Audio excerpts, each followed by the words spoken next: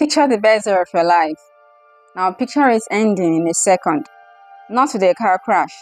Not with anything you could have seen coming. Picture yourself doing something good. Something that by every measure of normal human judgment was the correct thing to do. And then picture the ground rushing up to meet you. That is how Uzzah died.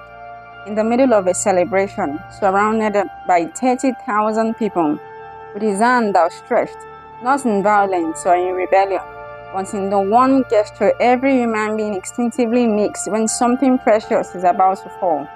He reached out, and something reached back, and he never took another breath. This is not a parable. This happened on a real road, under a real sun, and to a real man whose name is still written in the oldest text on earth. His name was Uzzah.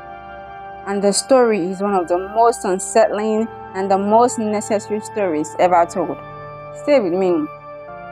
The story of Uzzah's death starts with the thing he was standing close to. Forget museum cases. Forget dusty relics behind velvet robes. What Uzzah was walking beside was, by the theology of his entire civilization, the single most dangerous and sacred object in the known world, the Ark of the Covenant, a chest roughly the size of a large trunk, acacia wood sealed in pure gold inside and out.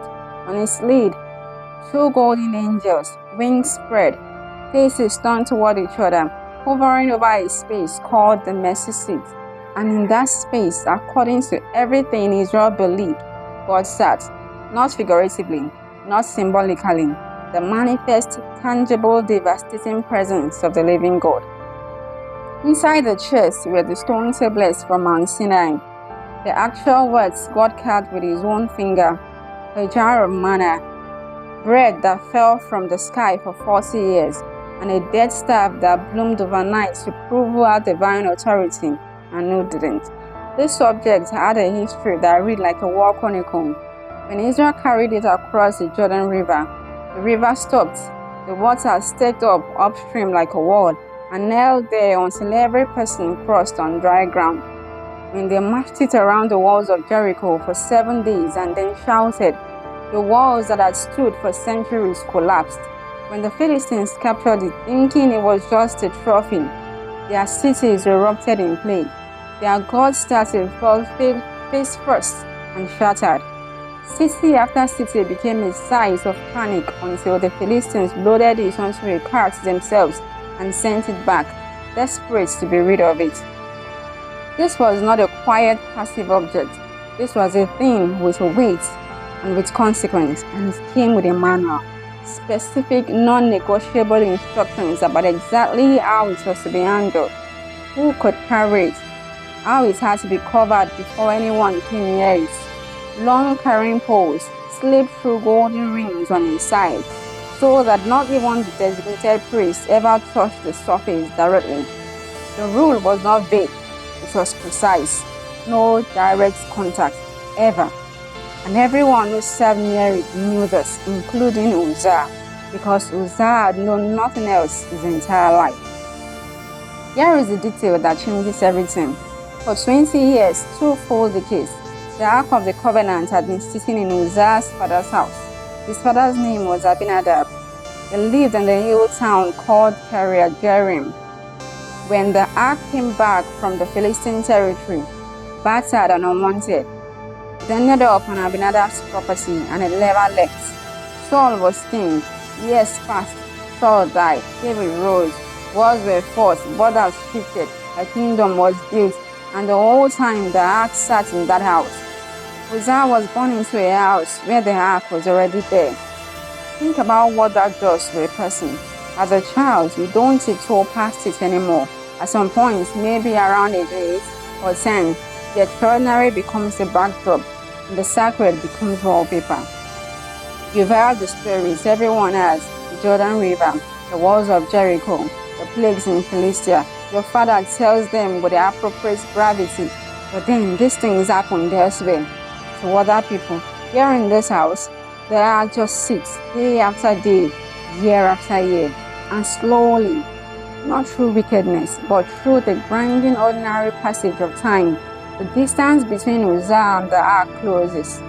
not physically but spiritually.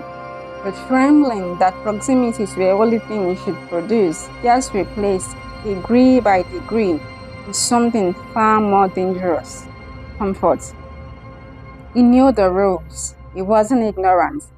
He had been consecrated to serve near it. But knowing the rules and feeling the weight behind the rules are two different things entirely. And then the king came to town.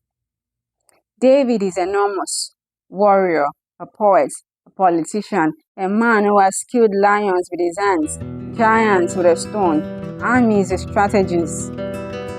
He has unified the fractured kingdom and made Jerusalem his capital. And he has one final piece left to put in place. He wants the ark in the city. He wants the presence of God at the center of the kingdom he has built. That impulse, stripped back, is genuinely beautiful. But this is a man who loves God. But David plans a precision: 30,000 men, musicians with harp, lyres, tambourines, and cymbals. The kind of sound you feel in your chest before you can separate the instruments. And they built a cart, a new cart, fresh wood, good craftsmanship, and they put the ark on it. He's there.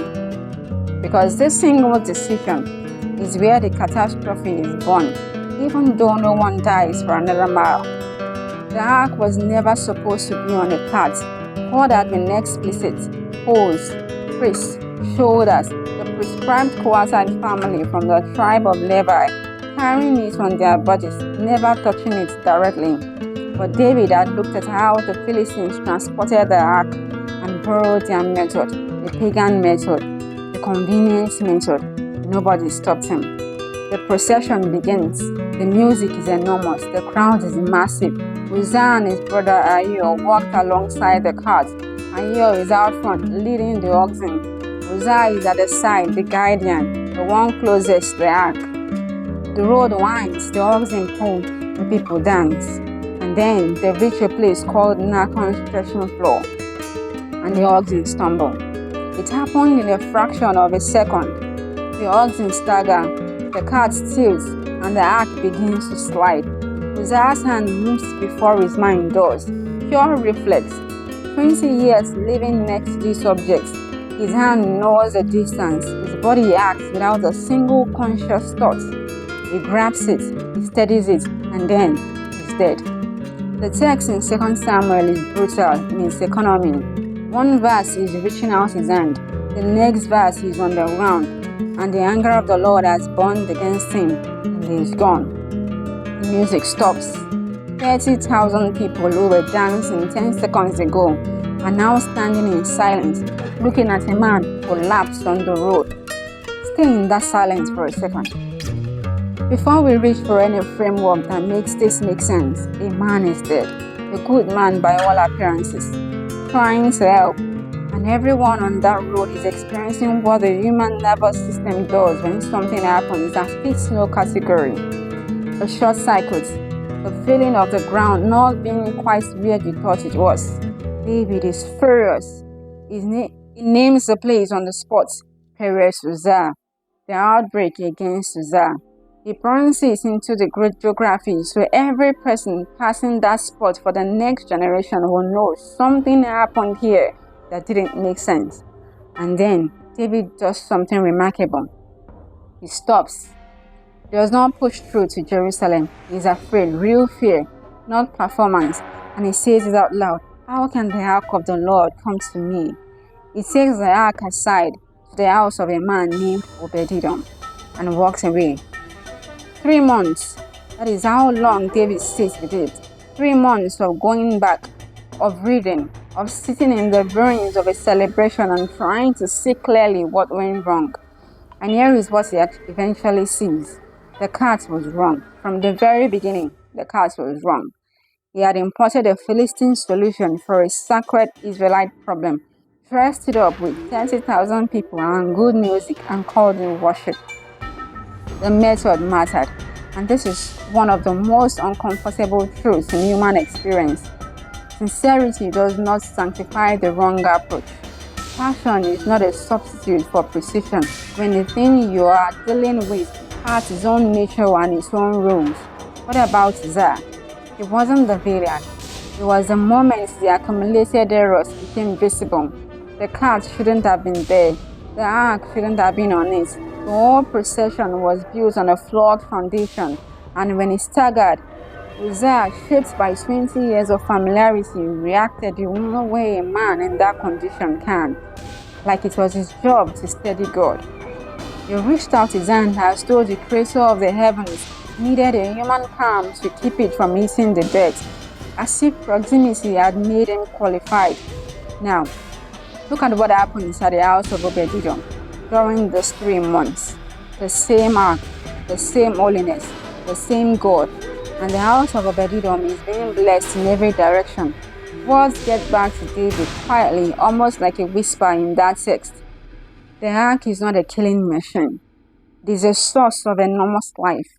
The ark didn't change between Nacon and Obed-Edom's house. Their approach changed. 3 months later, David goes back. The priests carry it on their shoulders, on the poles, the way it was always supposed to be done.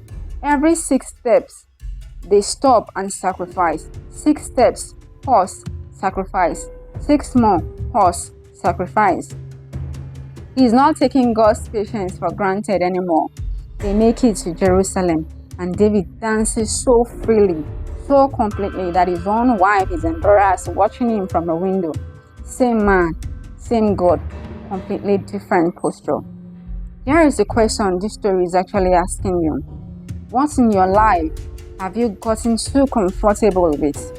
Not in the warm, earned, lived-in sense. In the Uzzah sense.